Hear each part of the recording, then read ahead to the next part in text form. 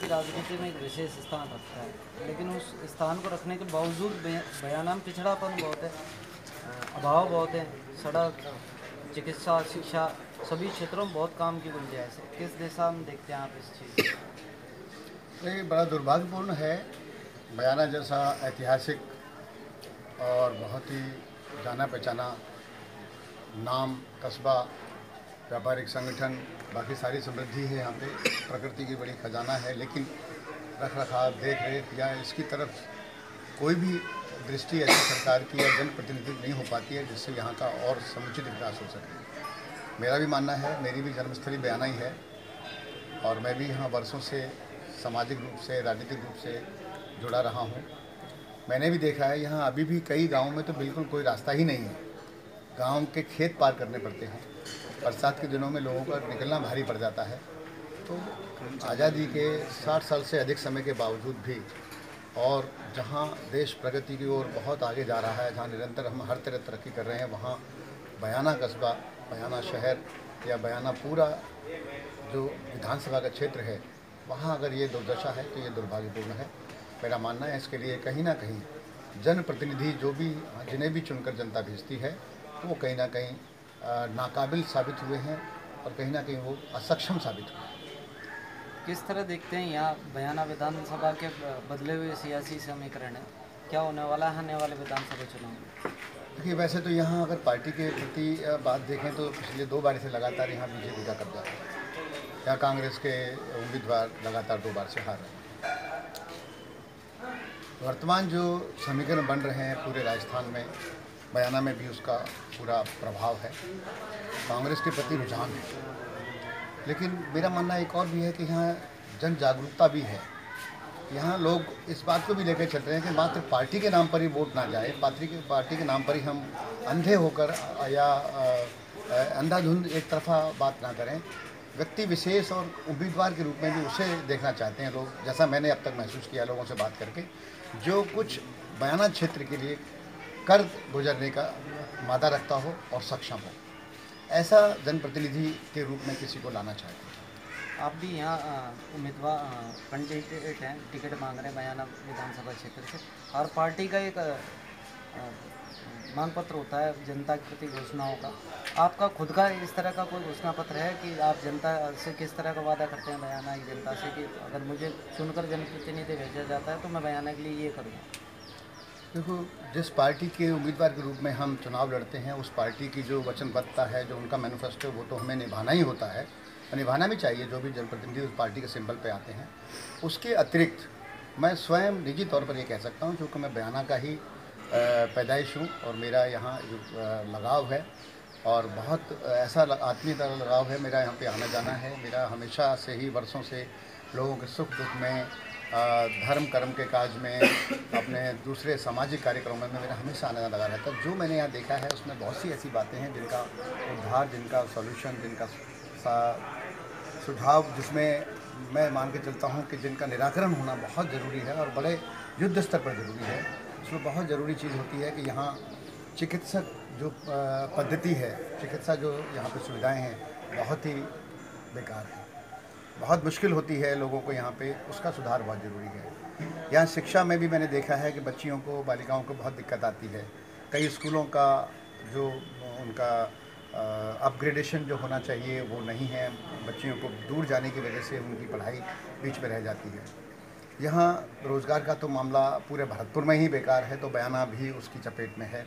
नौजवानों को यहाँ नज़दीक में कोई ऐसे उद्योग, कोई व्यापार, कोई ऐसी संस्थान, कोई ऐसे कल कारखाने नहीं हैं जहाँ उनको रोज़गार बहुत मुहैया करा सके। यहाँ पीने के पानी की बहुत बड़ी समस्या है। हालांकि यहाँ पांचना बांध का नज़दीक से वो रहता है। यहाँ जल भराव बहुत अच्छा है, यहाँ पे इसमें भी होता है, बंद बारेठा में भी होता है जो आगे वो करता है, लेकिन उसके बावजूद भी कई जगह पीने के पानी की बहुत समस्या है। और जो बहुत बड़ी समस्या जो मैं मान के चलता हूँ, कनेक्टिविटी, जो रास्ते हैं, जो आवागमन के ज़रूरी चीज़ है, जिसे देखकर कोई भी बाहर से आने वाला आदमी ये महसूस कर सकता है कि हाँ, ये यहाँ का जो माहौल है ये मतलब फला फूला माहौल है या ऐसा माहौल है कि जहाँ अभाव है, साधनों का अभाव है। तो उससे अंदाज़ लगता है कि जहाँ रोड तक नहीं है, जहाँ गांव को गांव टच करने के रास्ते अच्छे नहीं हैं, वहाँ क्या आदमी आशा करेगा, अपेक्षा करेगा।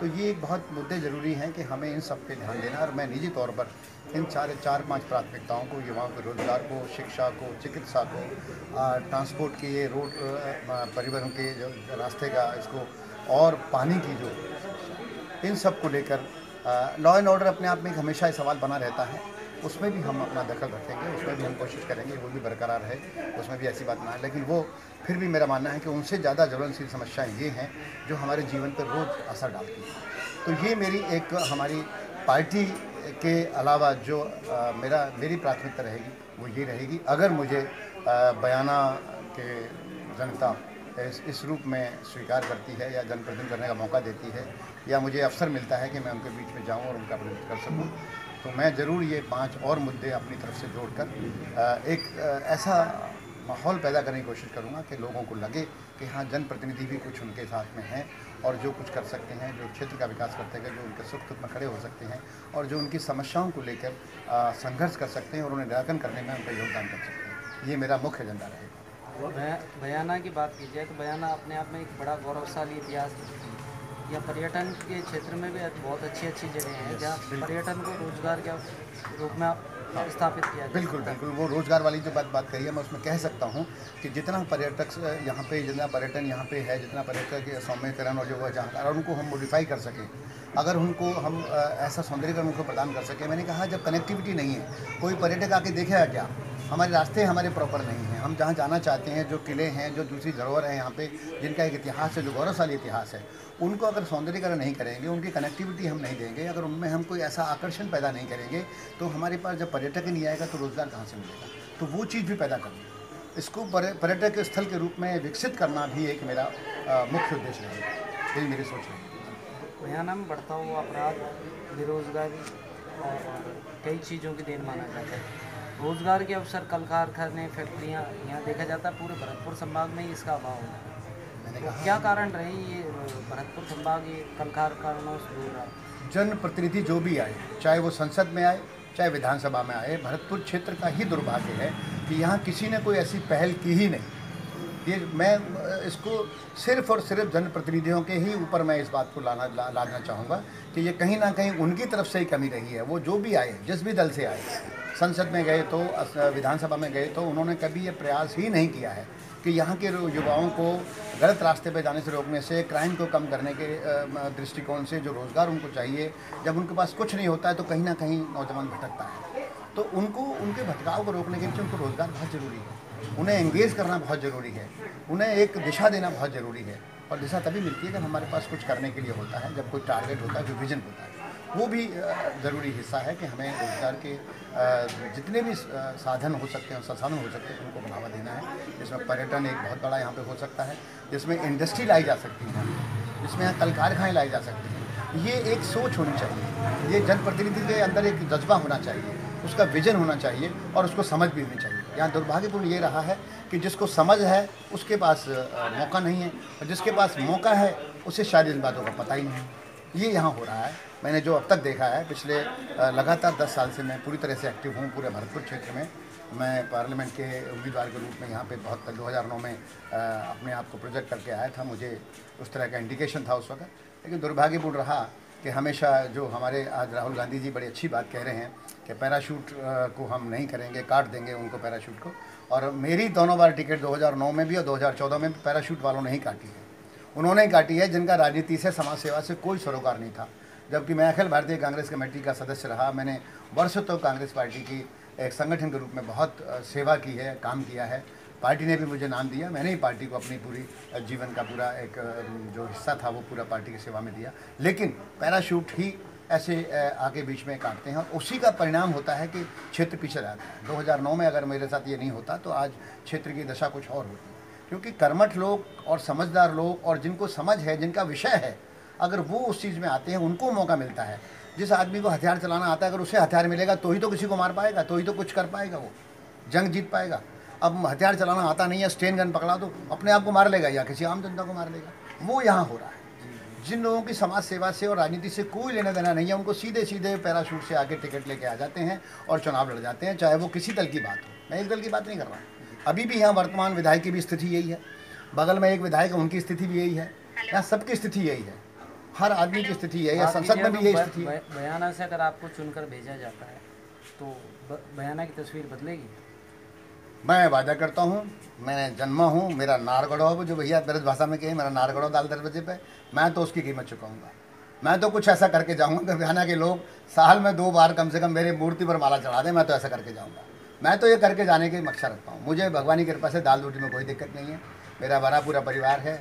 मैंने अपना जीवन पूरी तरह से संघर्ष में जी के अपने बच्चों को अपना एस्टेब्लिश कर दिया है।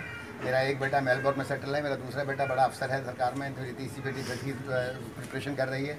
मुझे कोई दिक्कत नहीं है। मुझे राजनीति को, समाज सेवा को धंधा नहीं बनाना है। मुझे यहाँ से कमाना नहीं है। मेरे पास दाल रोटी कोई कमी नहीं है। मैं पूरी तरह से सक्षम हूँ। मेरा पेट भरा हुआ है। गरीबी के और संघर्ष के माहौल से निकलकर यहाँ तक मेहनत से पहुँचा हूँ। 44 साल का राजनीतिक जीवन है।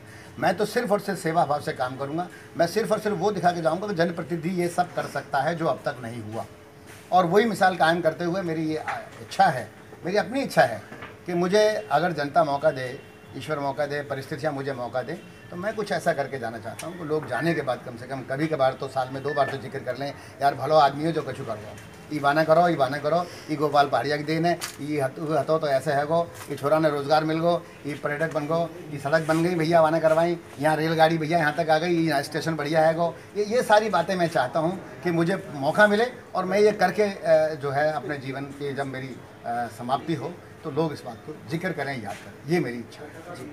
Thank you. धन्यवाद। आप बैठो, बात करो।